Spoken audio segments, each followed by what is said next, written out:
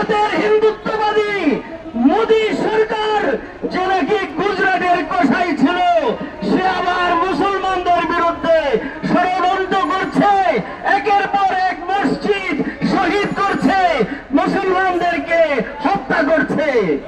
আবার আমরা দেখতে পাচ্ছি দীর্ঘদিন যাবৎ সেই ফিলিস্তিনের কথা, যেখানে নেতানিয়াহু ইহুদিবাদী গোষ্ঠী মুসলমানদেরকে একের পর এক হত্যা করে যাচ্ছে। আমরা বলতে চাই, আমরা যেমনি ভাবে শেখ হাসিনা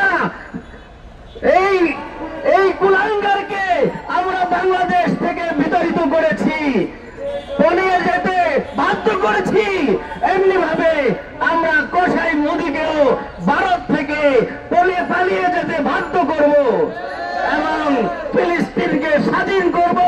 আমরা সকলেই জিহাদের জন্য প্রস্তুত আছি ইনশাআল্লাহ।